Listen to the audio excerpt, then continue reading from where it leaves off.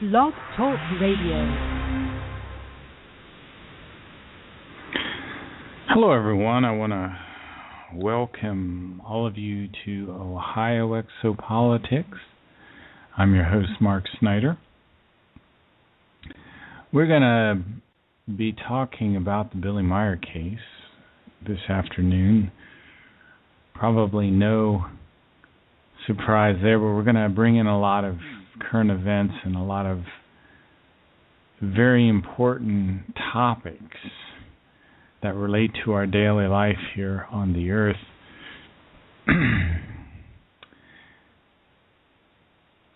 Edward Albert Meyer is a one-armed farmer from Switzerland. He's about 77 years old. He lives in a tiny mountain village called Hinterschmid-Ruti, which is about an hour outside of Zurich. His extraterrestrial contacts began back in 1945 when he was a very young boy. He would get telepathic messages and mental images to go out into the woods near his home at that time, which was in Bulak, Switzerland. And then one day while he was looking at a stream, at some fish in a stream, out of the sky came what appeared to be a silvery pear-shaped craft. And as this craft eventually landed, and outstepped this man of about 1,000 years old, a very elderly Plejaren man who led Billy back into the ship and then took Billy up some 70,000 meters above the earth. Whereas this young boy of 5 years old, back in 1945, got this tremendous view of the world. He could see the big picture, which is very ironic because that's what the Meyer material does. It allows you to see the big picture. And something about looking at the big picture that's very humbling. Because the more you learn, the more you realize you don't know. And one thing that I'm learning is the more I learn, the more I realize how correct this information is and how important it is that we pay attention to it. So young Billy was looking at these multiple screens on this ship. He originally thought were portholes, but he could see the people in them. And Thoth told him that he was on a very important mission in life, and that his role here on the earth would be to be a teacher, to be a prophet. And he would teach this ancient universal teaching called the teaching of the Spirit. And primary to this teaching is something called the universal consciousness. See, here on the earth we have this kind of locked-in notion that our religions have given to us. It's a notion that there is a God up there. That's more of a kind of an anthropomorphic. It's more of a human concept where the universal consciousness is a spirit. It builds universes as a part of its own evolution. It's neither good nor evil. It is kind of neutral. It doesn't get involved directly in human affairs. It doesn't get involved in human wars. It doesn't become angry or jealous. Now, the gods of earth were human. They came from the expanse of the universe, from strange systems and worlds. And each one of these gods set up religions, and they demanded worship, and they gave commands. And eventually, many of these gods degenerated and committed murders. So that's what's kind of happened on the earth here. We've lost the notion of an impartial universal consciousness which creates an indissoluble web of life. And here on the earth we have an indissoluble web of life that we're destroying at an increasingly higher rate all the time, which is quite an unfortunate thing to see, because we're seeing the destruction of the natural world more and more here on the earth. And one of the things that's causing the destruction of our natural world is the rise in human population. Next, today is World Water Day. Tonight, we look at an innovative approach to getting clean water to slum dwellers in so-called megacities. Our story is another in our occasional reports about population issues around the globe. It's part of a collaboration with National Geographic magazine and the Pulitzer Center on Crisis Reporting, and comes from special correspondent Steve Sapienza in Bangladesh. Dhaka, the capital of Bangladesh, is one of the world's fastest-growing cities and one of the poorest. As in many other developing countries, people are leaving the countryside in search of work and a better life in the city. Dhaka's population, now estimated at 15 million, is expected to hit 20 million by 2025. Dhaka is one of the megacities which is growing too fast. Country Director for the charity WaterAid, Dr. Khairul Islam, says the increased population density is severely taxing the city's ability to house and care for its people. Almost 5,000 slums are in and around Dhaka city, and almost one-third of the population are living in either low-income communities and slum areas. Most of them don't have ownership over those pieces of land that they're residing. But the main challenge is provisioning essential services for this huge number of population, mainly water and sanitation. With 2,000 newcomers daily, the struggle to find clean water in the slums often has life-threatening consequences. Water? Yes, we have water, but the water is not always available. When water is available, it is often bad. Yesterday, a woman here thought she had cholera. She went to the hospital, but she died last night. If you want to see the human toll exacted by unsafe water and poor sanitation in Dhaka, you come here. This is the overflow tent at the short stay unit at Dhaka's main cholera and diarrhea hospital. This man arrived at the hospital with no vital signs. After 15 minutes of trying to revive him, his wife is given the news. The staff records cholera as the cause of death. The hospital's lead research scientist, Dr. S.K. Roy, and his colleagues work around the clock 365 days a year to save lives threatened by waterborne illness. The majority of the patients here are the urban poor, and the hospital care is free. We are now having about 400 patients every day. But in August, September, sometime we go up to 1,200 a day. And I can tell you the average of a year is 120,000 patient average in a year. So this hospital is a quite busy one. So overpopulation is one of the things that these extraterrestrials warn Billy the most about. And I know in the alternative community, the argument is there's just plenty of space on the Earth, which there really is plenty of space on the Earth.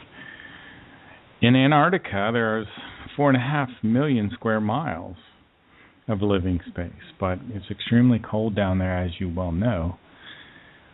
Not the ideal place that people want to live.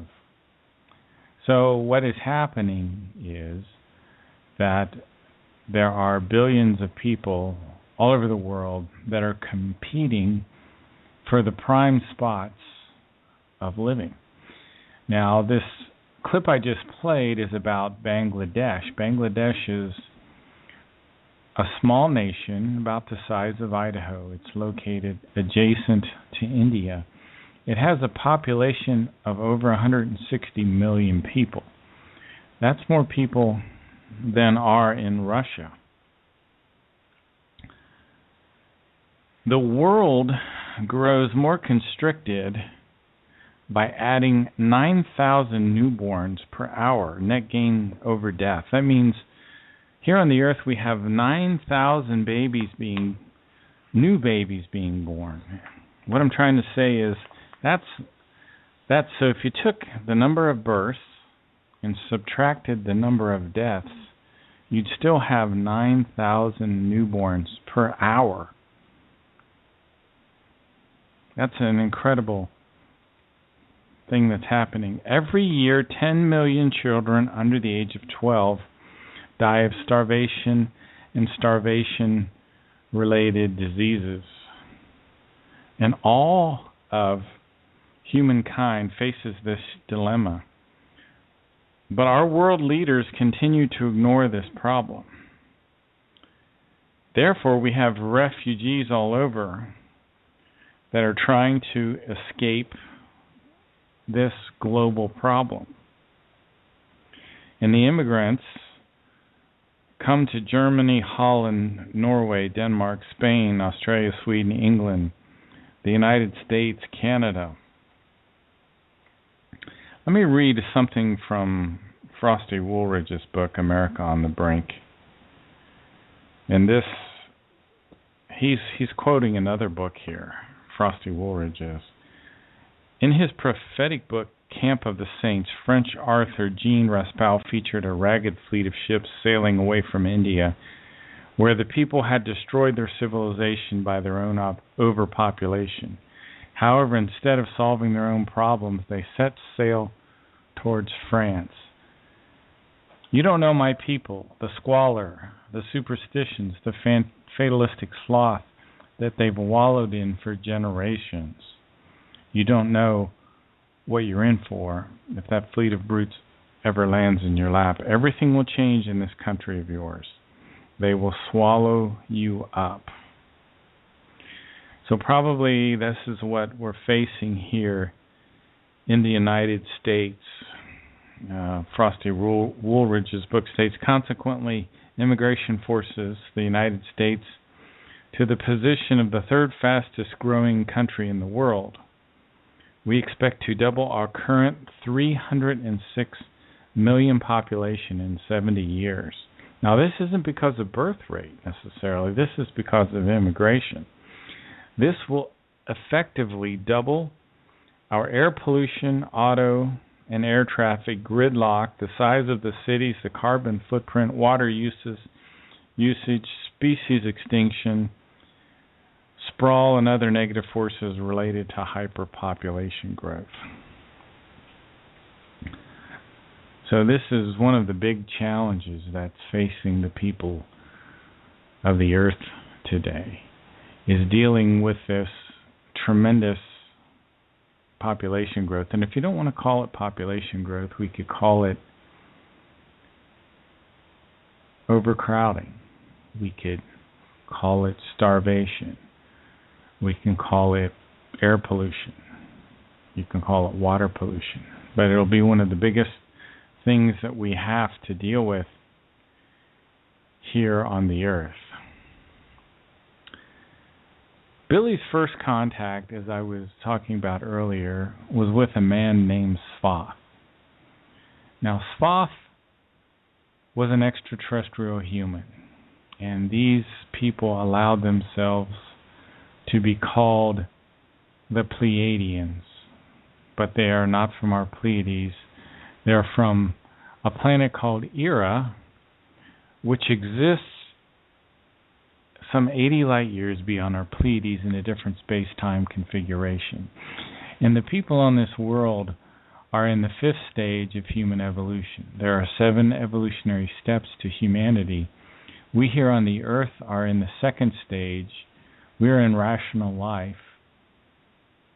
The Pleiadians are in the 4th and 5th stages, which is called, the 4th stage is called real life. The 5th stage is life and creational wisdom. When a human civilization gets to the point of real life, they develop technologies that allow them to travel from star to star with almost no time passing. They learn a level of genetic engineering which allows them to create sentient life. So Billy's first public mission contact was with a woman named Semyase. Now, this was his third contact. But his public mission began in 1975 when he met with this woman Semyase, whose ship had a central intelligence. It had a organic brain. The central computer in her ship was essentially a living being. It was sentient. It was an organic intelligence. So her ship was essentially a living being with a metallic hull.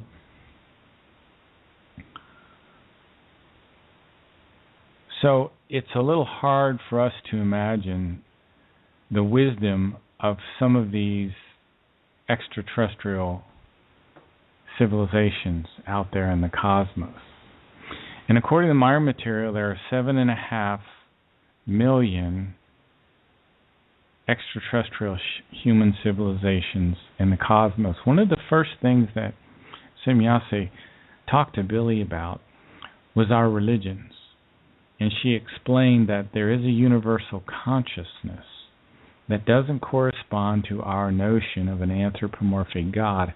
Our scientists now are figuring this out. And I've played part of this clip before, and it's by a man named Brendan Hughes. And I'll go ahead and start this clip. It's a little quiet in the beginning. But he gives a pretty good description of the universal consciousness. So let's listen to Brendan here for just a few minutes. Like I said, there's a little bit of quiet. Good afternoon, everybody. I'm going to speak on the emergence of universal consciousness. Now, admittedly, that's a controversial topic. And it's a controversial topic because so far, universal consciousness has not been scientifically proven to be true. But this conception that things need to be scientifically proven in order for them to be true is itself false. And that's neatly demonstrated each and every time scientists discover something new, something that we didn't know before. Most recently, scientists are finding evidence for the Higgs boson. But if it's true that it exists, then it means it's existed for millions and millions of years. It's always been true. So, I think the way to play a game of philosophical chess is to try and start with just one sentence that we can maybe agree upon, and then see if we can take it forward one step at a time until the next sentence just seems too improbable or too outlandish, and that's really where we should stop. By the end of this talk, you might agree or disagree with everything I say, and that's fine. If you should find yourself coming to agree for the first time that some of these concepts are possibly true, then that could change the way you possibly think about many things. So I'd like to start with a simple proposition, and one that is credited to Aristotle. The whole is something greater than the sum of its parts. Or put another way, everything that exists both as a whole unto itself, as well as a component of some greater holistic system. Now, there's a lot of evidence for this proposition. For example, we know that electrons are individually charged particles, but we also know that electrons are components of atoms. Atoms are components of molecules. Molecules are components of organisms. Organisms arise within systems and ecosystems. Ecosystems are located on planets. Planets are components of solar systems, and solar systems are components of galaxies, and galaxies components of universes. So it does seem that everything that exists both as a whole unto itself and as a component within a greater whole. Now, if that's true, then it suggests that your true holistic identity consists of both your narrow self-identity and your component identity, within a greater system.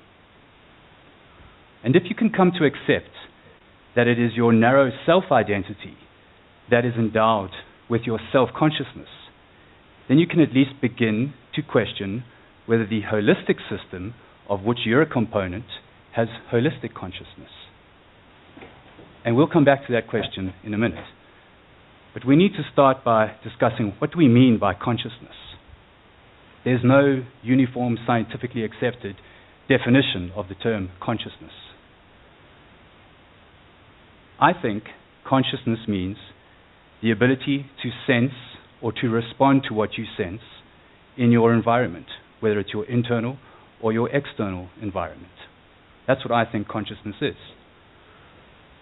Imagine this example. You wake up a little bit late one morning and you decide to skip breakfast. You're on your way to a meeting and you're walking down the street and you smell some freshly baked croissants coming from a nearby bakery. The smell triggers a chemical response in your brain which stimulates your appetite. You turn, you walk into the bakery, and you order a croissant. So what about plants? Well, when plants experience their environment, why don't we call it consciousness? We know that leaves will turn to face the sun to absorb its energy. We know that an entire field of sunflowers will all face east in the morning when the sun rises and they detect the sun's rays. They will then track the sun across the sky throughout the day and then all face west at sunset. We know that plants' roots will penetrate the earth and then extend in various angles as they seek out water. But we don't call this consciousness. I think consciousness is an attribute. It's not a measure of one's ability. It is something that you either have or you don't have, and you can have it in different measures. So, with plants, why don't we call this consciousness? We call it things like holotropism. And we tend to say with plants it's not consciousness because it's fundamentally a chemical process. It's not consciousness. But neurobiologists are telling us that our own brains are fundamentally super chemical computers, and that our own decisions, the actions we take, and indeed our entire state of consciousness at any particular time is fundamentally influenced by chemical processes in the brain and the chemical balance in our brain at any particular time. So I think not calling non-human things conscious is a weak distinction to make, and frankly, egotistical. We need to get over ourselves in that way. Surely any living thing that can experience its environment and that can respond to what it senses in its environment is conscious, but conscious in a way that makes sense to that thing, makes sense to its ability to sustain its own life. What about even really, really small things like bacteria? Well, we know that inside your own human gastrointestinal tract, there are up to 1,000 different species of bacteria. And over the last 20 years, scientists have been discovering ways in which bacteria can signal and communicate with each other to coordinate community processes, ranging from maintenance of their population to resisting or aiding an infectious disease. But if these bacteria are signaling and communicating, then they too are conscious. And then this is where it gets really interesting. If those bacteria are living inside us and we are their environment, then we are their conscious environment too. They live inside a conscious environment, even though they could never know it. They're not aware of our higher holistic consciousness. What about things that we don't typically regard as living things? Things I've mentioned already, like electrons that orbit an atomic nucleus, or planets that orbit a sun. I wanted to interject here a little bit. This man's name is Brendan Hughes, And he's a scientist, and you can probably look him up on YouTube if you're interested in listening to this in more depth. It's just really a good explanation of something that the Meyer material has been talking about. And it's such an important concept because once we understand that even plants are conscious, then we're going to have a higher reverence for all life. And we'll start to realize that there's a tightly woven, indissoluble web of life. One of Billy's most important books is called The Goblet of Truth. And it has a paragraph which I constantly repeat because I think it's incredibly important. It's entitled, What the Truth Knows to Say.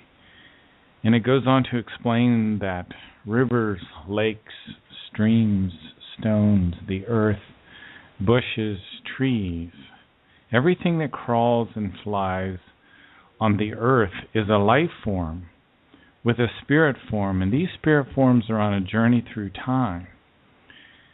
And many of these creatures are connected by psychic vibrations, and they're aware of each other, and they communicate with one another.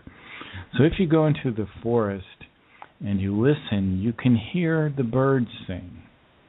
You can hear the cicadas and the crickets, and you can become aware that all of these things are conscious. All of the birds, all of the little insects, all the little plants, and many of them are aware of each other. And they're connected by psychic swinging waves called swinging waves in the German. And this is the electromagnetic nature of life. And I'd like to say the birds sing because they sense the radiating love of creation. And this whole universal consciousness, it radiates love. And if you have the ability to objectively observe things, you will start to sense that radiating love. And in the German, that's called Empfinden, which is a spiritual process which takes place in your human spirit. You see, we all have a human spirit. It's a tiny creation of the universal consciousness. It's about the size of the head of a pin, and it exists in our midbrain. And its energy streams throughout the entire body, and it animates every cell. Let's pick back up here with Brendan as he continues to describe universal consciousness. That form will begin to break down to its component states. Viewed this way, life and death are both processes. Life is the organization of energy into form, and death is the liberation of energy from form and the reduction of a form back to its component states. We know that to endure, any form first needs an awareness of its environment, internal and external, in order to compensate for the changes taking place. The tendency of a form to compensate for change can be observed across a vast range of natural phenomena, and it's evidenced by the interplay between the second law of thermodynamics and what we call self-organizing dissipative systems. The second law of thermodynamics holds that for every process of energy transfer in a system, there is an increase in entropy in the system. That means that for every random event that takes place, the disorder of the system will increase. In other words, systems or forms need to be able to respond to this disorder in such a way that preserves their relative stability. Spiral shapes, such as can be seen on a number of different things, from a simple hermit crab shell to the shape of the Milky Way or Andromeda galaxies, are examples of the complex patterns and structures that can emerge during a process of dissipation to retain stability over periods, in particular, of rapid expansion. Now, organisms are, by definition... Let me pick back up where he was talking about spiral shapes. And one of the interesting things that Semyase told Billy, she said that even your ancient philosophers have stated that everything is within the human. That the human is the microcosm within the macrocosm. So what we see in nature are these repeating patterns. For example, Brendan was talking about spirals. Well, our DNA has spirals. There are spiral shapes in the galaxy. There are spiral arms in the galaxy. Whole galaxies move in a spiral rotation. There is spiral forms in the seashells. You see, all nature has these repeating patterns in it. And to support the view that genetic mutations are environmentally responsive. For example, experiments by scientists such as Barry Hall have observed that the genetic rate of mutation in bacteria increases under environmentally stressful conditions. So, if genetic mutation is environmentally responsive, then it's not a very distinct process from what we regard as innovation. Because in both processes, it is the processing and feedback of information that results in the formation of something new.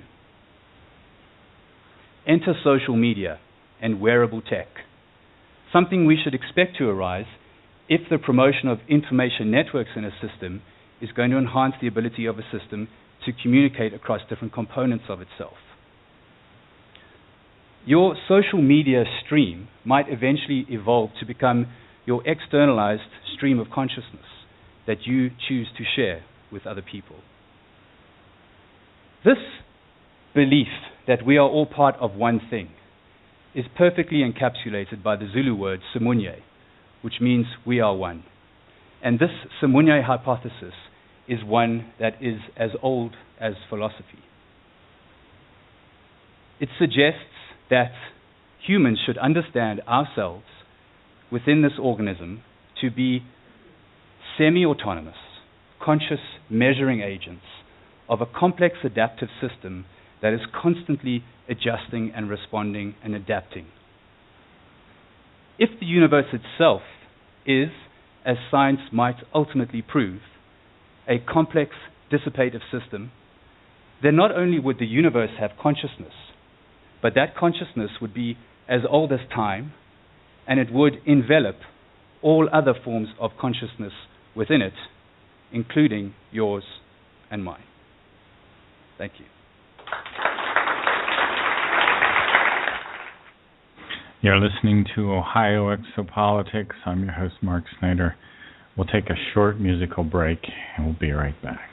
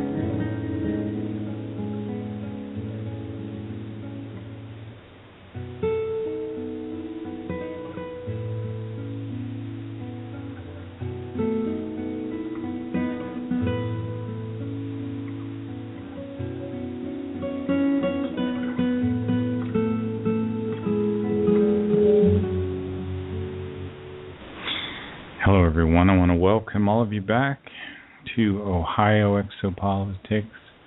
I'm your host, Mark Snyder. We're talking about the Billy Meyer case, of course. We're talking about the universal consciousness. The love of creation is everywhere, because without it, nothing at all would be able to exist. The individual should therefore be aware that he exists only through the love of creation, and that he carries this love also within himself. All of nature in its indescribable splendor is nothing but the love of creation, which is expressed visibly. Its laws are so wonderfully arranged that people everywhere come up against its radiating love. Love will continuously be the purpose of all existence, and all timely in its given logic. And love is the highest principle in creation. You should be able to look at a tree and recognize that everything follows that principle of love in its absolute logic.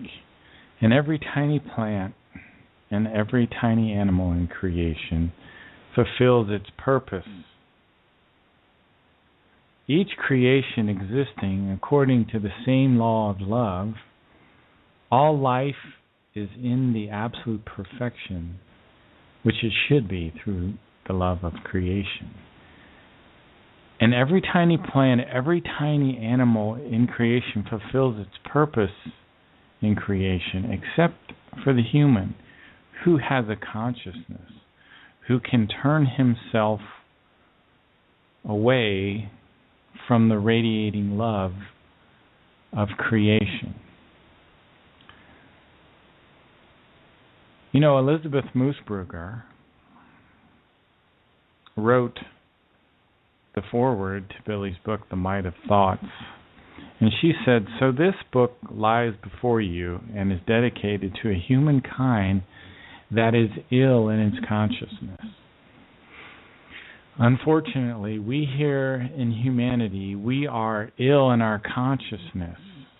Now, the German term that relates to that is Ausartung, which means to be out of control of the good nature. And we need to take the time to examine our thoughts. We need to clarify our thoughts. And how we do that is we need to look at our own thoughts. And on page 20 of The Might of Thoughts, it has the garden analogy. We should be able to look into our garden and recognize those plants/thoughts which are weeds, which are out of control. Thoughts which are very negative, or purely positive, are much like weeds in our garden which grow out of control. And we need to reach in there and pull those unhealthy thoughts out by the roots. When a garden is started, it is certain that some form of plant life will start in that garden, and the consciousness is like a garden. If it is not correctly maintained, there will be wildly growing negative thoughts which have a confusing and destructive effort. These wildly growing thoughts are much like the destructive weeds that appear in gardens. Once animated and created, they develop their own life. Did you know your thoughts develop their own life? The thoughts of our great scientists, our great musicians, our great teachers live beyond the life of those individuals. We're still affected by the thoughts of those great teachers and great scientists that have come in the past. Never underestimate the might of your thoughts. Now, Billy states that every human being must make the effort to clarify his or her thoughts so that those thoughts can become more valuable, more purposive, and more productive. Now, for me, the clarification of my thoughts occurs when I go back over things again and again. And clarification means the action of making a statement or a situation less confused and more comprehensible. We should practice clarifying our thoughts. And that way we can get back into a neutral balance. All of nature is neutrally balanced. And you can learn to rid yourself of negative energy simply by breathing deeply. Breathing, taking in air, and exhaling. Doing that 2 or 3 times in a row will help you relieve the negative energy. The human being gathers the sweet as well as the bitter fruits of his or own thoughts. When a human being starts a garden, then it is certain that some form of plant life will grow in it. What's the same way with your thoughts? Guaranteed, the thoughts that come into your consciousness will grow one way or another. Negative thoughts can proliferate like wildly growing weeds, and they will displace everything. And that's when mental illness comes. When you have wild and uncontrolled thoughts that you can't stop, you need to reach in and pull those out by the roots. We need to clarify our thoughts. We need to focus on healthy thoughts. There are certain things that you can do to promote healthy thoughts. Take the time to go out into nature. Take the time to sit and relax and listen to the sounds of nature. Listen to the cicadas, the crickets. Listen to the birds sing. Realize that you're a part of all things. That's what love really is. When you start to realize that you're a part of all things. And that spiritual process is called Empfinden in the German. It's a fine spiritual perception. See, we here on the earth, higher creatures like human beings and your dog, your cat, whales, dolphins, elephants, we are wizened. We are independently existing life forms with our own individuality and our own personality. Now, human beings, the evolution of the human is consciousness-based. The purpose of your life is evolution. And you live through many, many, many lifetimes to evolve. Your human spirit comes out of your body when you die, and it goes into the band of energy. It goes into the spiritual realm where the universal consciousness takes your past life experience and places them in the storage banks. And then you kind of go into a rest state.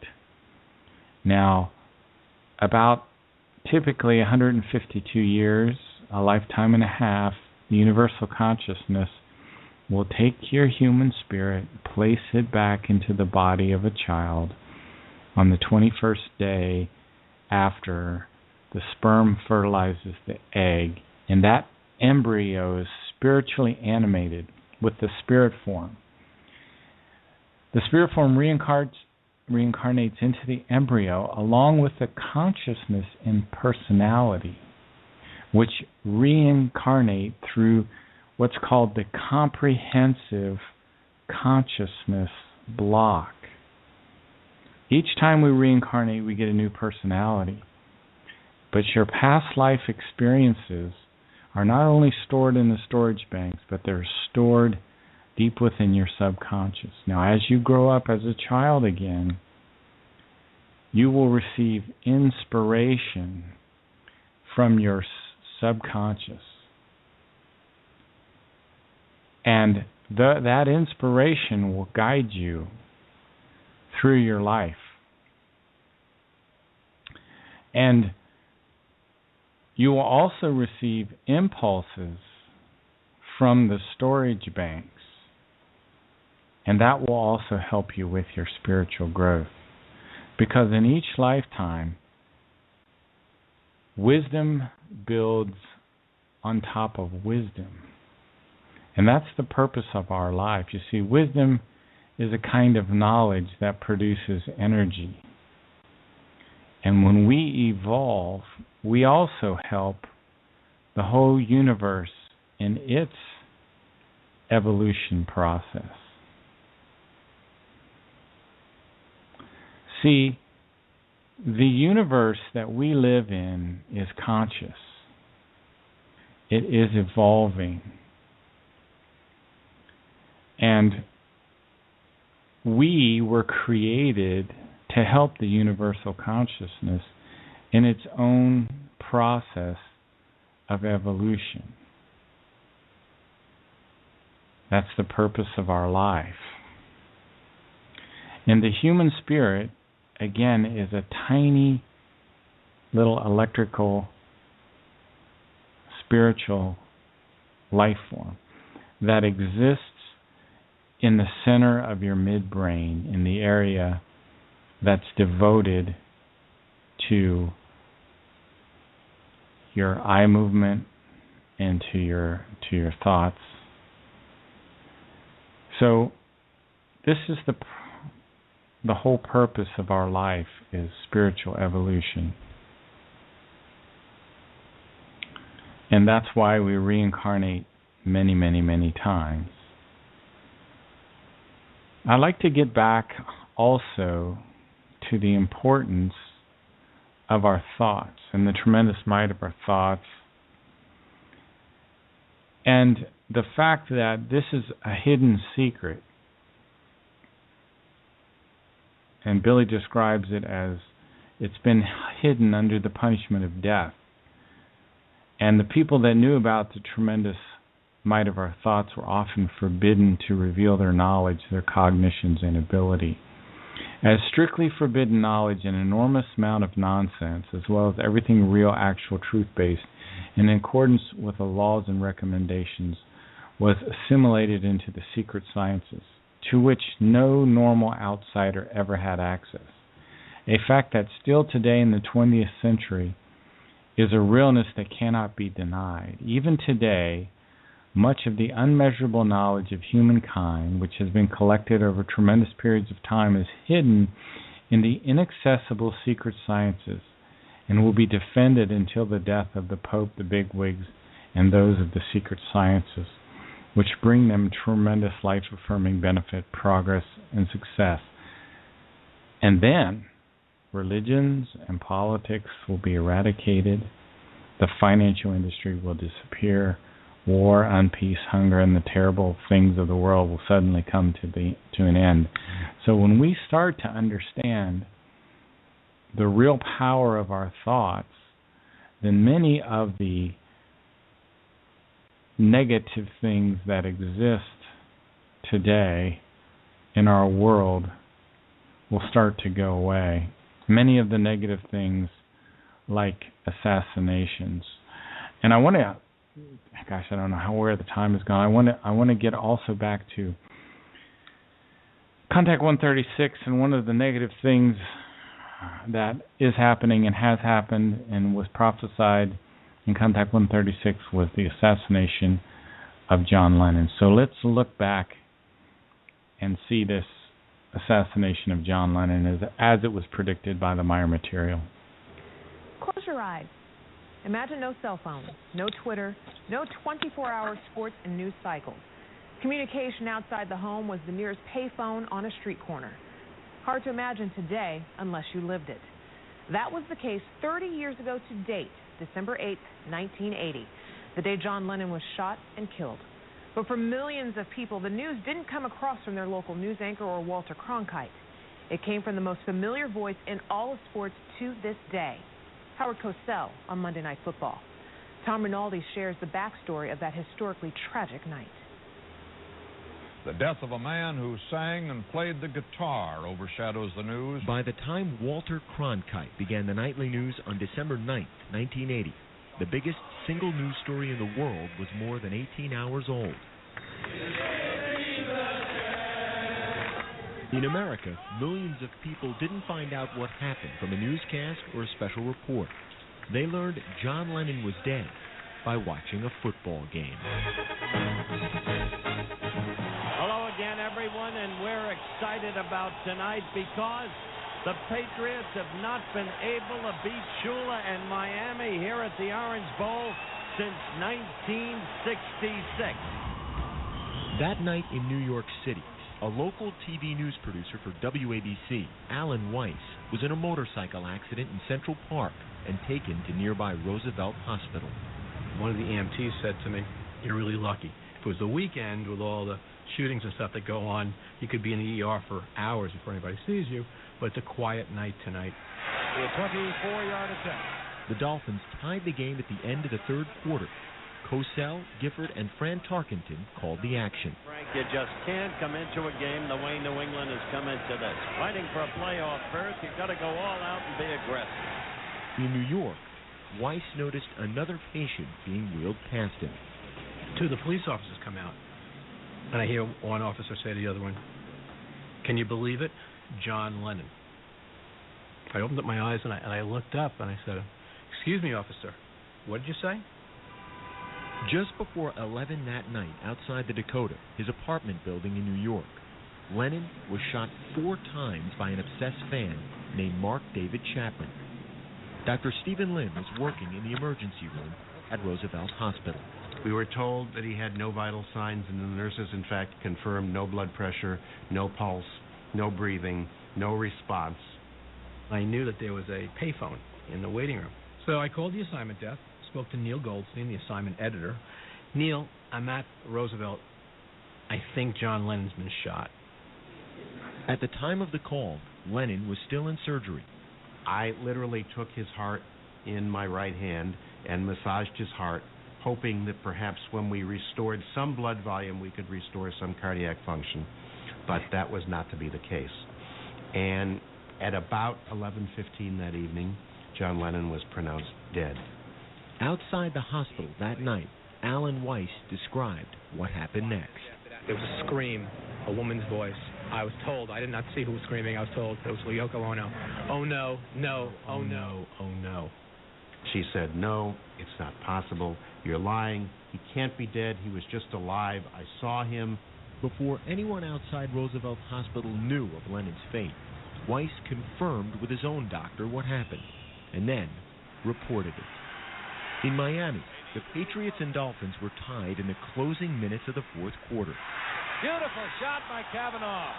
When the phone rang in the production truck. ABC News called the truck and said John Lennon has been shot in front of his apartment building and died on the way to the hospital. I immediately called ABC News back. They confirmed it to me. I then knew what the next step should be, and that was to call my boss, Roone Arledge. Through the IFD, I was listening to the phone calls. We're trying to reach Roone Arledge, Howard Cosell, who had said, "What's going on? What's going on?" And of course, Fran and I looking at each other and trying to keep track of a very important football game. Butterflies must be churning in the stomach of John Smith, the field goal kicker for New England. Roone told me what I should do and how I should do it, being very careful about me giving Howard the news because Howard was friends with John Lennon. And Roone knew that he would be upset. There he is, John Smith, and he could be on the spot in just a moment. As the game went to commercial break with 40 seconds left, Cosell was uncertain what to do. He told Gifford off the air what he knew, that John Lennon was dead. In the booth, before coming back live, they had less than a minute to decide what to do. He was shot outside his apartment, the Dakota apartment building. Fellas, I just don't know. I'd like your opinion. I can't see this game situation allowing for that news flash. Can you? Absolutely, I can see it. You can? You betcha. We got to. We know it. We got to do it. All right. This is going to shake up the whole world. All right. I will get it in. Let's just call it play, and then I'll get it in. It was just a situation where you didn't quite know what to do with it. And meanwhile, we decided we would go ahead and go with it. John Smith is on the line, and I don't care what's on the line, Howard. You have got to say what we know in the booth. Yes, we have to say it. Remember, this is just a football game, no matter who wins or loses. An unspeakable tragedy confirmed to us by ABC News in New York City. John Lennon, outside of his apartment building on the west side of New York City, the most famous, perhaps, of all of the Beatles, shot twice in the back, rushed to Roosevelt Hospital, dead on arrival. I thought he did extraordinarily well. Honestly, I was still concerned that maybe we had done the wrong thing. As it turns out, we didn't. We informed millions and millions of people that one of the great people at show business had been assassinated. John Lennon would have been 70 years old this past October. Give peace a chance. John Lennon is certainly one of those people that was focused on peace.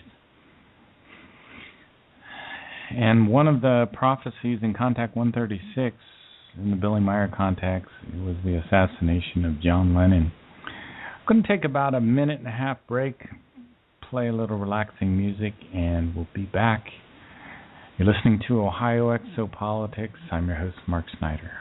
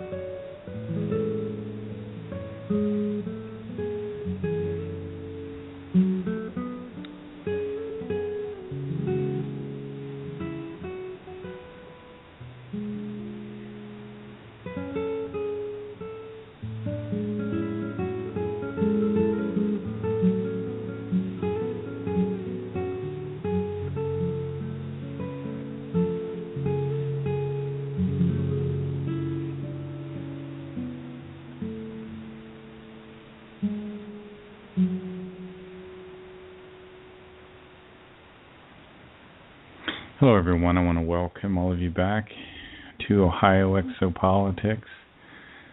I'm your host, Mark Snyder. Just before the show, I was meditating, and I must admit I got a little bit too deep into meditation and snapped out of it just minutes before the show was going to go live. So I think I've been the first hour in a daze, and if you noticed, I apologize. Just one of the strange things that happens in life. I want to share some very important ideas regarding meditation in Billy Meyer's book called Meditation from Clear Visibility. He states that belief is a path to destruction and devolution and leads to insanity and confusion as well as a perturbed consciousness. Meditative thoughts and feelings are cultivated again and again by thinking or muttering certain phrases several times a day. Now, I must admit, I haven't been doing this kind of meditation. The meditation I do is to clear my mind and get into a deep state of relaxation. It's almost like a meditation sleep. But there are some 77 sentences that the Meyer material says can be repeated And here are a couple of these, which I'd like to start repeating more myself. These are a couple that jumped out at me. Everything is achievable for me, and I master whatever I wish to accomplish. Everything is achievable for me, and I master whatever I wish to accomplish. Second sentence, I always remain relaxed and thereby gain control over myself. I always remain relaxed and thereby gain might over myself. Meditation is a form of concentration that leads to the control of the mind. Most of the worries of the world are created by illogical thinking. By controlling our thinking, we control our physical and mental health. By learning meditation, we develop the meditation concentration. Meditation can be a method of creating a balance between negative and positive thinking. This state of balance is called neutral thinking. I have a clip here which describes meditation. And this is a man named Dan Harris, and he's going to give his thoughts on meditation. There's no way a fidgety and skeptical news anchor would ever have started meditating were it not for the science. The science is really compelling. It shows that meditation can boost your immune system, lower your blood pressure, help you deal with problems ranging from irritable bowel syndrome to psoriasis. And the neuroscience is where it really gets sci-fi. There was a study out of Harvard that shows that short daily doses of meditation can literally grow the gray matter in key areas of your brain having to do with self-awareness and compassion, and shrink the gray matter in the area associated with stress. There was also a study out of Yale that looked at what's called the default mode network of the brain. It's a connected series of brain regions that are active during most of our waking hours when we're doing that thing that human beings do all the time, which is obsessing about ourselves, thinking about the past, thinking about the future, doing anything but being focused on what's happening right now. Meditators not only turn off the default mode network of their brain while they're meditating, but even when they're not meditating. In other words, meditators are setting a new default mode. And what's that default mode? They're focused on what's happening right now. In sports, this is called being in the zone. It's nothing mystical. It's not magical. You're not floating off into cosmic ooze. You are just being where you are. The cliche in self-help circles is being in the now. You can use that term if you want, but because it's accurate, it's slightly annoying, but it's accurate. It's more just being focused on what you're doing. And the benefits of that are enormous. And this is why you're seeing these unlikely meditators now, why you're seeing the U.S. Marines adopting it, the U.S. Army, corporate executives from the head of Ford to the founders of Twitter, athletes from Phil Jackson to many, many Olympians, scientists, doctors, lawyers, school children. There's this sort of elite subculture of high achievers who are adopting this because they know it can help you be more focused on what you're doing, and it can stop you from being yanked around by the voice in your head.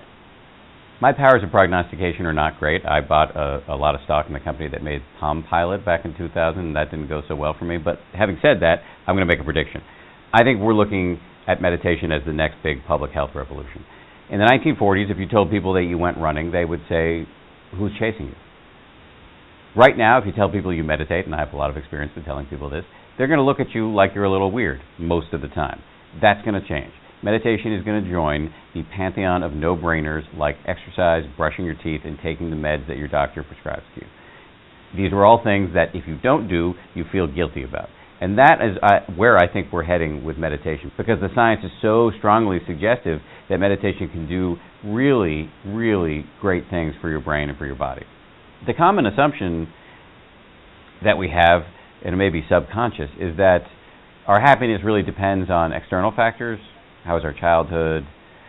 Have we won the lottery recently? Did we marry well? Did we marry at all? But in fact, meditation suggests that happiness is actually a skill, something you can train just the way you can train your body in the gym. It's a self-generated thing.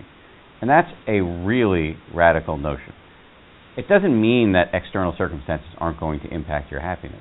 It doesn't mean you're not going to be subject to the vagaries of an impermanent entropic universe. It just means you were going to be able to navigate this with a little bit more ease.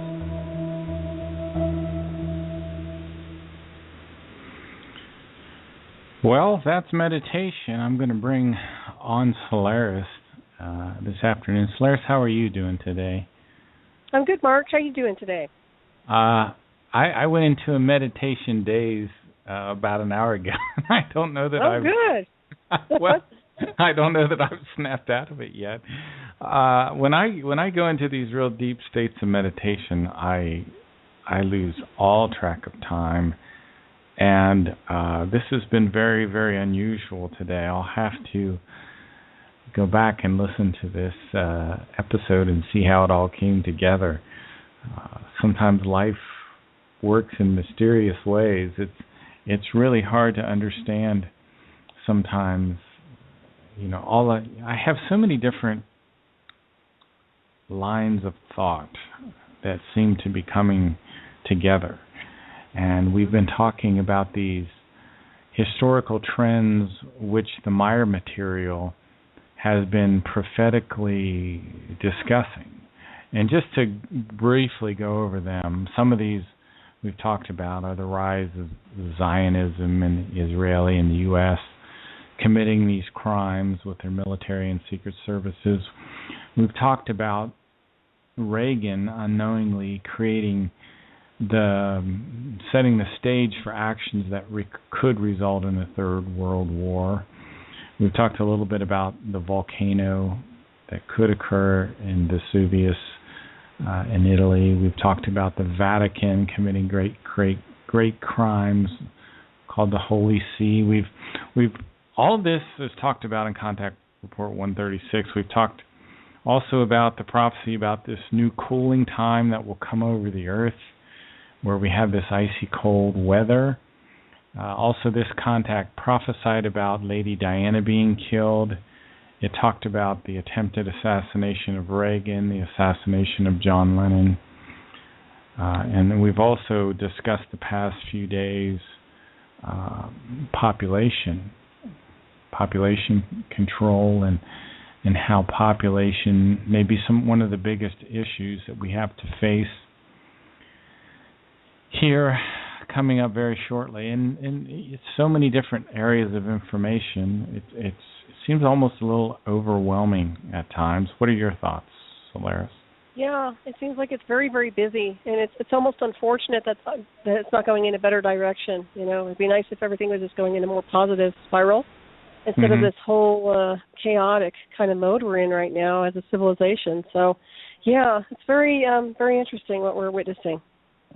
I have the impression, though, that at least a certain part of our society and community seems to be learning and waking up a little. I think it's a small part, unfortunately, but I think it is. It is happening. There are certain people that are waking up and becoming much more aware. I feel like I am anyway. I feel like I'm learning a whole lot of things. You're on the fast track without a doubt. But I think you've always been expanded in consciousness anyway, so it's easier for you to adapt to new information. Yeah. Well, thanks. It's a weird world that we're living in, isn't it? It's bizarro, Mark. It's very, very strange. And it's hard to stay positive. I mean, I do think that meditation is a good thing, or any kind of training, actually, to move your energy and start, going to a higher overtone of life itself. But, yeah, for myself, I think you're familiar with, I've had some issues in the past with induction that took away that aspect of meditation to a point where I was interfaced with a lot of other things. So I don't meditate much anymore, but I still like to train. Is it hard? I mean, it's almost like you can't meditate. Is that what you're saying? After I was disrupted with the artificial intelligence and the interface that I had for all those years, it just completely put me in a space of not doing meditation anymore, because they disrupted that flow so severely. And going back to that is just like almost impossible now. But it's a different thing. I have consciousness and motion now in my life where I'm just focused every day. But I don't do the deep meditations like I used to do. Not at all.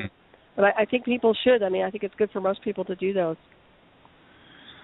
Do you think part of what you were dealing with was transhumanist in general? I mean, were you kind of assaulted by these transhumanist elite? Well, I think if people look at my my benchmark of information, obviously it was related to a band from Canada.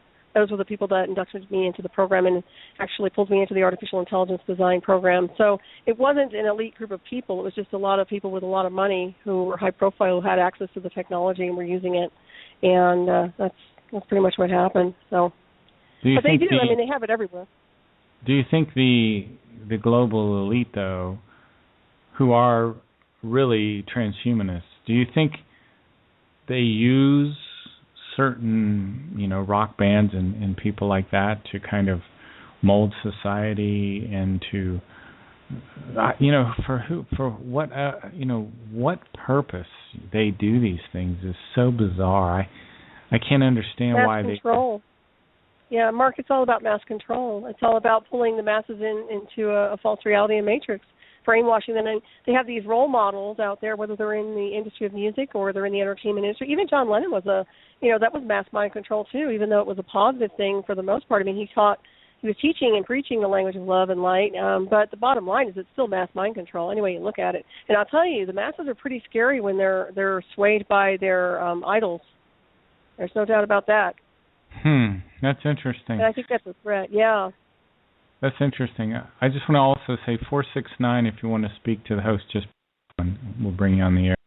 I want to play a clip here by a physicist named Richard Seed. He's one of these transhumanists who is talking about becoming God.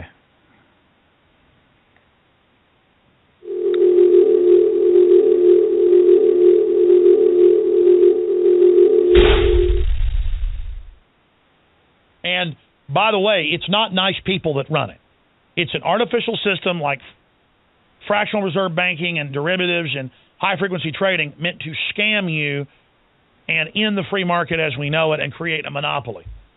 One system, one unified, hellish collective with engineered food, water, everything. I mean, it's just a whole new world. The globalists want to be God. They want to control the universe. Human cloning researcher Richard Seed, he says, when the shift hits the fan, I will be God. And that's what Ray Kurzweil, all of them say. We're doing this, you're not going to stop us, and you're going to become one of us if we even let you, or we'll sit on you like a bug. Here he is saying, I will be God. I will be God. We're going to become gods. Period. If you don't like it, get off. You don't have to contribute. You don't have to participate. But if you're going to interfere with me becoming God, we'll have big trouble. And we'll have warfare. I mean, this is who these people are. Solaris, don't you think the people, the sane, rational, normal people, need to really step up and take control back in our society, because we're on the path to total destruction? Don't you agree? Yeah, I totally agree, and it's almost laughable listening to that guy, and he's trying to sound so powerful and so infinite, and he just sounds like an imbecile, insane jack, you know what. So it's so weird listening to him. I'm like, is that supposed to be threatening? And I've been interfaced with the artificial intelligence, Mark. I understand how the technology works, okay? And the bottom line is those things can melt and short circuit. They can easily be disrupted. And even though they're encrypted, a lot of the signals with the artificial intelligence design, it can be taken down. There's no doubt about it. There's a switch you can flip on and off, just like implants. So they're not infinite and they're not immortal. And if they think they can get immortality by interfacing with the artificial intelligence, they're really being misled into the false matrix. You know, Ray Kurzweil, I saw him recently, and people don't know who Ray Kurzweil is. He's the guy in charge of what they call the Singularity Institute. He really is in charge of this whole transhumanist movement. And I tell you, I didn't get the impression that he was doing real well. He didn't look real healthy to me. I think that there's these people, I think, are on the wrong path, and they're trying they're trying to lead the rest of society down that path. Right. Unfortunately. Yeah, you're right, Mark. You are. Well, the artificial intelligence isn't a bad thing. I mean, it can be used for positive things, but they're not using it for that, and I don't think they ever will. That's the problem. It's always going to be used for extreme, either for weaponization of something or maybe to enhance their own mental, emotional states or psychic energies or, whatever they want to enhance. But the bottom line is it's still technology, and we already have all those components within us. We don't need a machine to show us ascension. We already are ascended beings in consciousness, and the DNA knows how to activate through frequency. So really it's kind of a diversion. It's a diversion of full light ascension to their version of ascension, and a lot of people will get misled, if you ask me. I think it is a downward spiral to nowhere, just after where I've been with the technology. They could have used it for good, but they just put me through hell and back with it. So it's very interesting. Why do you think you were singled out? I think it was my psychic ability and the path that I was on when I was inducted. I mean, I was doing a lot of powerful work. I'm a second-degree black belt in Taekwondo. I was teaching martial arts, writing books, doing DNA activation and healing. Plus, I was a land surveyor, and I was doing topographic maps. I mean, I had a lot of abilities that I think they were wanting to implement into their artificial intelligence design and also create a brain template. So I think I was a good candidate for the technology itself. But the bottom line is they weren't very nice with me at all. As a matter of fact, it was extremely traumatic and abusive. So when I go through those cycles and I understand the technology, I understand mind control, I understand psychotronic warfare, and it's just what they're doing with it is so wrong. So that's one of the reasons I stood up and talked about it, because it was just not appropriate. Do you think the elite kill off people like Bob Marley and John Lennon and people like that who talk about peace and unity?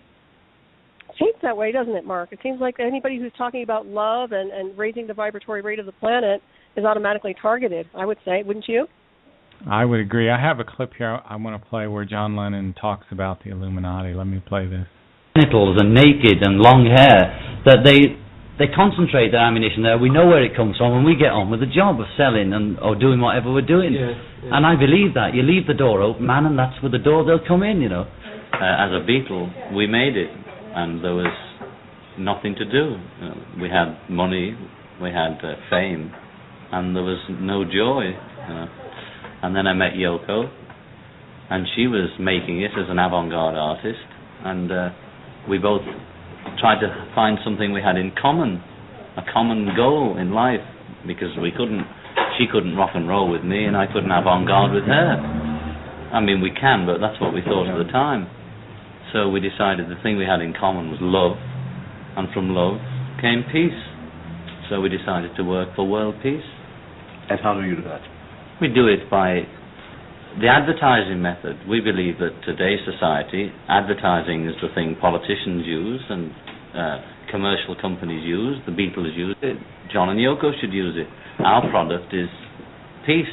Of less words and more peace. I think the only way to do it is Gandhi's way.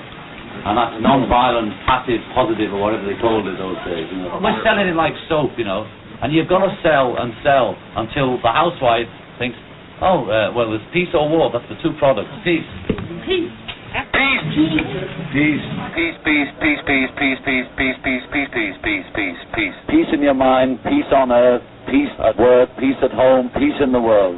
It's to try and get people orientated to think peace, like eat for peace, breathe for peace, and dance for peace, and make love for peace. To just have the peace like a mantra going round and round in your head. War is a game that's gone too far, It's just like we've all just woken up one morning and thought, is it a dream? Is it a nightmare? What's been going on? And we're all just trying to make the next day a bit better. Oh, yeah. Don't you think war is a game and it's gone too far, as John Lennon says? Solaris? Yeah, it really is. Yeah, it's just a matrix. It's another false matrix and a game board. But, even they were starting to awaken to the illusion of where they were trapped, as a band. I mean, you look at that and you see all their success and all their money, and they still realize that it wasn't right. And I at least applaud them for trying to come forward and expressing themselves on a higher level to awaken people to that. Well, it seems like the elite is trying to navigate society back into the war with the whole thing with ISIS or ISIL or whatever we want to call them now. We have another reason to go in and bomb people. What are your thoughts on all this? I'm not saying that there aren't crazy people in ISIS that would do bad things, but I think that the elites stir these groups up and they give them money and they arm them. And I think that war is just a big business where people gain either power and or money. Yeah, and it is a business without a doubt. It's a big manipulation, I think. What do you think? Yeah, I totally agree with you on that one. But at the same time, I mean, it's as a martial artist, I can tell you, I don't counterattack unless it's a life-threatening situation. Now, when you're dealing with psychotic groups like them, it doesn't matter who trained them. Bottom line is they're destructive and they're aggressive and they're insane and they're brutal and they're just out of control. So somebody has to put them back in line and get rid of them. Bottom line. So if it takes something like that, to go over there and take out a few of their areas and targets, then I guess that's going to have to happen. Unfortunately, I mean, this is what we're living in the world today. I mean, do you want to just have evil rampant across the globe? I certainly don't. And I'll tell you what, I'm very peaceful, but I'll tell you what, I have a very strong warrior in me that will not tolerate that kind of behavior and abusive people. So there is always a point where we counterattack, and sometimes we're just forced to do that. Let me play a clip that talks about ISIS and this Iraqi caliphate that's forming. In the name of Allah and supported by the Quran, chant the Islamic State of Iraq and Syria. In a 1-hour documentary, ISIS explain their world. It is a world of horror, and one that they display brazenly. The professional video starts in Fallujah, only 50 kilometers away from the gates of Baghdad. Here, where 10 years ago America fought a bloody battle, masked men with black flags now dominate the streets.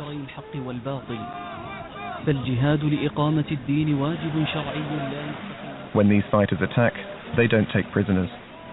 This assault on an Iraqi military base is documented by their cameras, showing their atrocities in detail.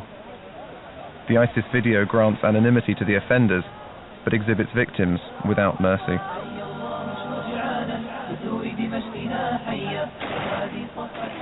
The ISIS offensive troubles this Iraqi family.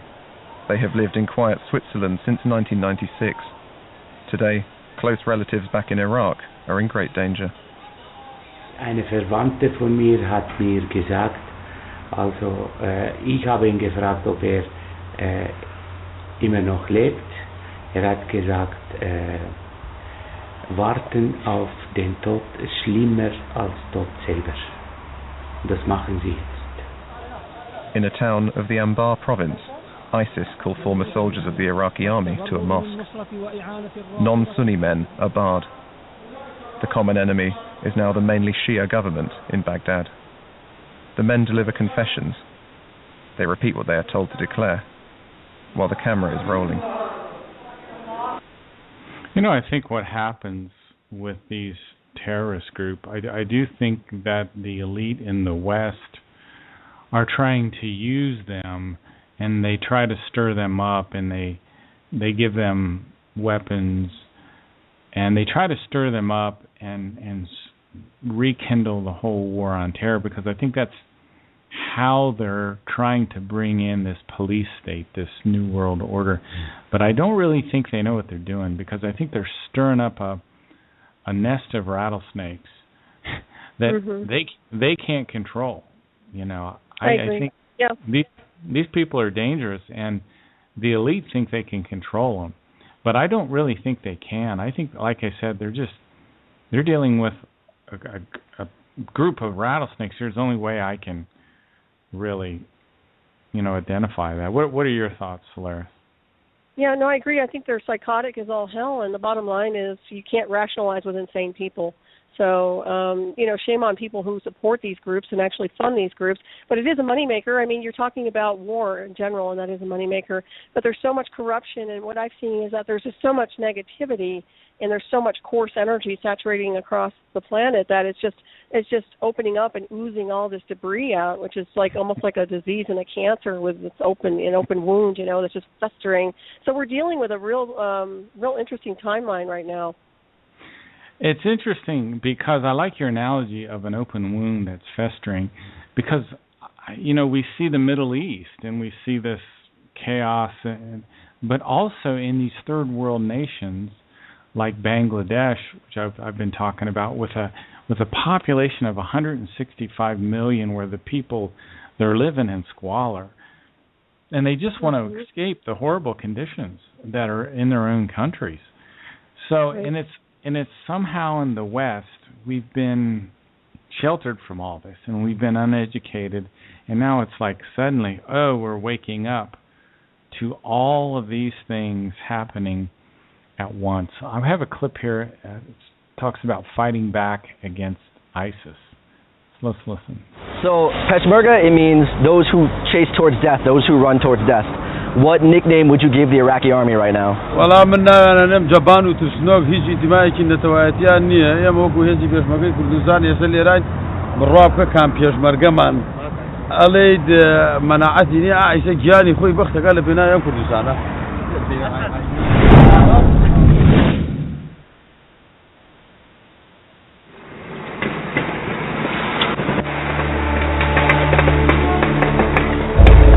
Last week, the extremist militant Sunni group, the Islamic State of Iraq and Syria, along with other Sunni militia and former Saddam loyalists, violently took over large areas of territory in Iraq, including Mosul, the second largest city.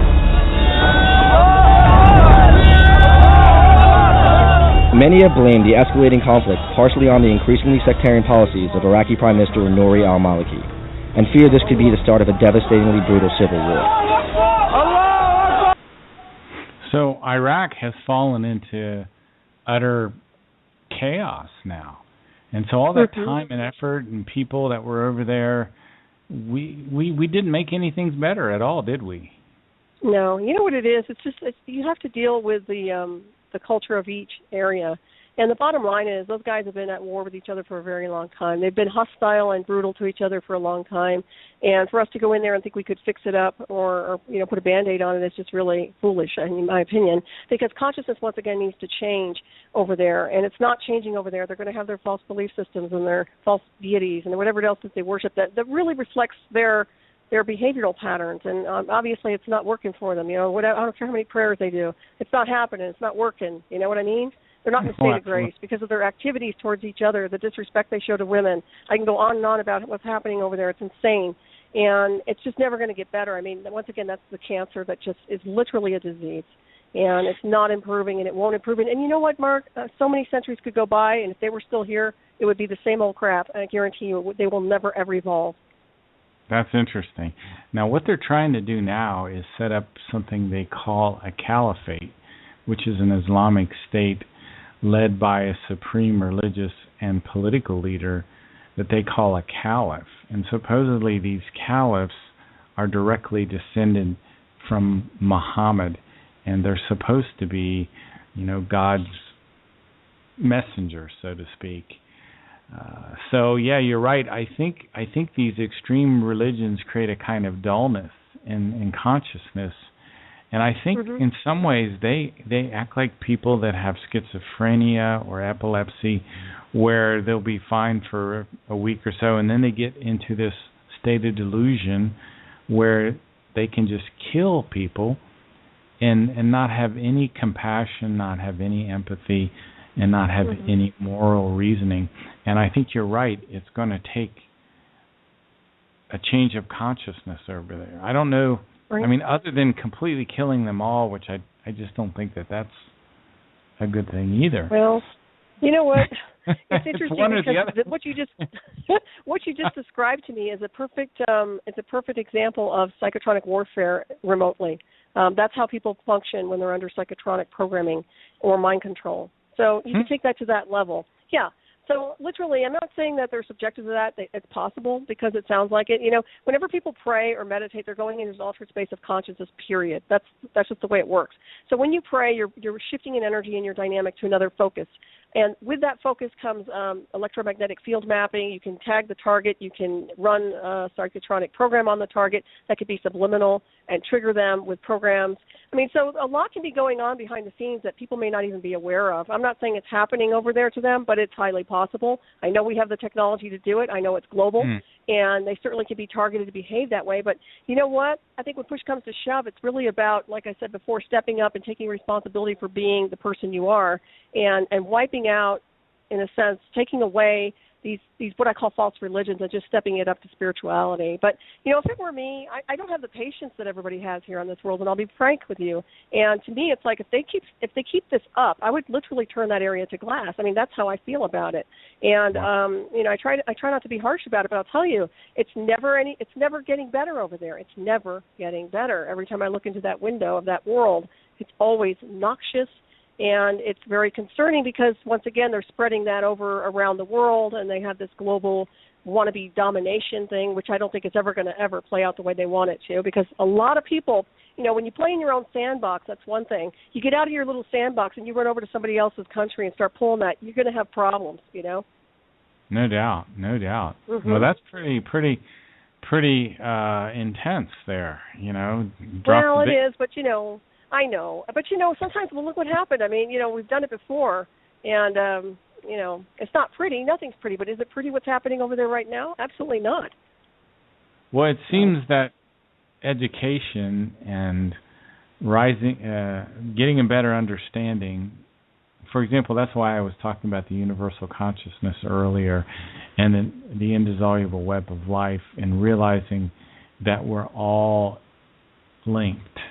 And we're all really one. Well, I could dispute you on that, Mark. Well, go ahead, dispute me. Well, let's put it this way.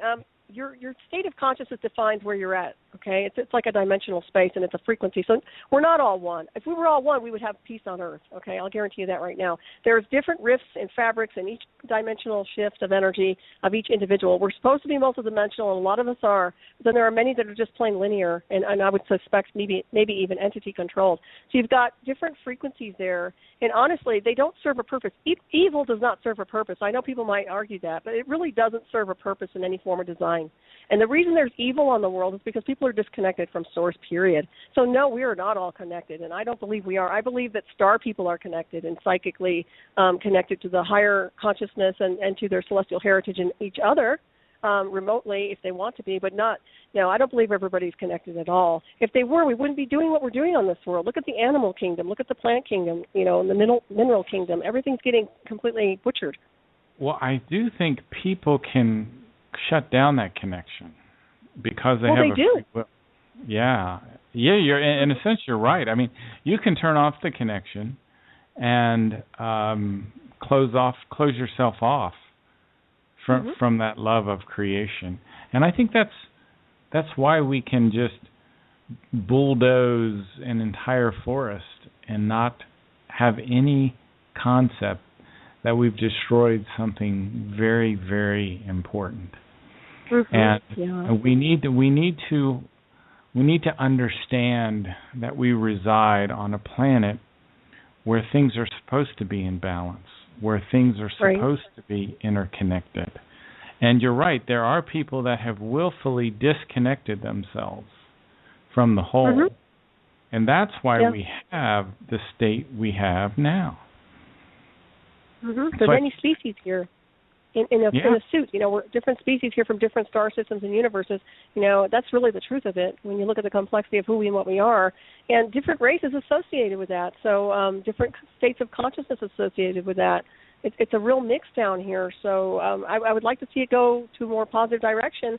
But, if people are constantly attacking each other, I mean, if they're constantly attacking a star person or star being because of their beliefs or their vibrational speed, then there's something wrong with that. We've got to take a good look at why people are being persecuted like they are. And is it out of jealousy? Is it out of psychosis? Is it out of being so programmed by their false gods that they can't see straight or clear? Solaris, I want you to get the opportunity to tell people about your website, your radio shows, and your books, which I think your books are very, very good. Well, thank you. I appreciate that, Mark. My website's Night Shadow Anomaly Detectives, and my books are on Amazon.com, and I have a documentary on Amazon as well. And that's pretty much it. And what? Tell them a little more about your books. You've got several books out, correct? Right. Yeah, I do. My first book was Transmutation Through Ascension, and that was published in 2004. And that's about DNA activation and ascension and planetary shift and change. And then I have my other books on covert technology, which was the induction I went through back in 2004 as well. And those books are called Eye of the Remote, Black Operations in Areas Beyond 52. And then I have a sequel called Programmed by Deception, and it talks about mind control and psychotronic warfare, covert technology, artificial intelligence, and the Black Satellite Program. And that encompasses that whole ordeal. And then, of course, my documentary covers that as well. And then I've got a sci-fi that I'm planning on being out like in a couple of weeks here called 1 Million Miles to Midnight. So the one I have writing away. You are. The one I have is called Program by Deception. And you get into a lot of different areas there. Yeah, I do. Well, I've been in a lot of different areas with the covert technology, of course, and it's hard to get it through to people's heads what's going on a planetary level and on a covert level when it comes to this technology. But I think slowly people are starting to understand it. Do you think the technology that was used against you could be used as a form of planetary mind control? Oh, absolutely. Yeah, I'm sure it has been, actually. I'm sure that they've been doing this for a very long time. And they used a test pilot in me. Basically, I'm the test pilot for it. But I think they get upgraded a lot, and they keep perfecting it to a point where it just gets more and more fine-tuned. Well, Solaris, thanks so much for coming on the show again. You always bring Mark. You always bring a lot of clarity to the show and a lot of interesting dialogue. Thank you so much.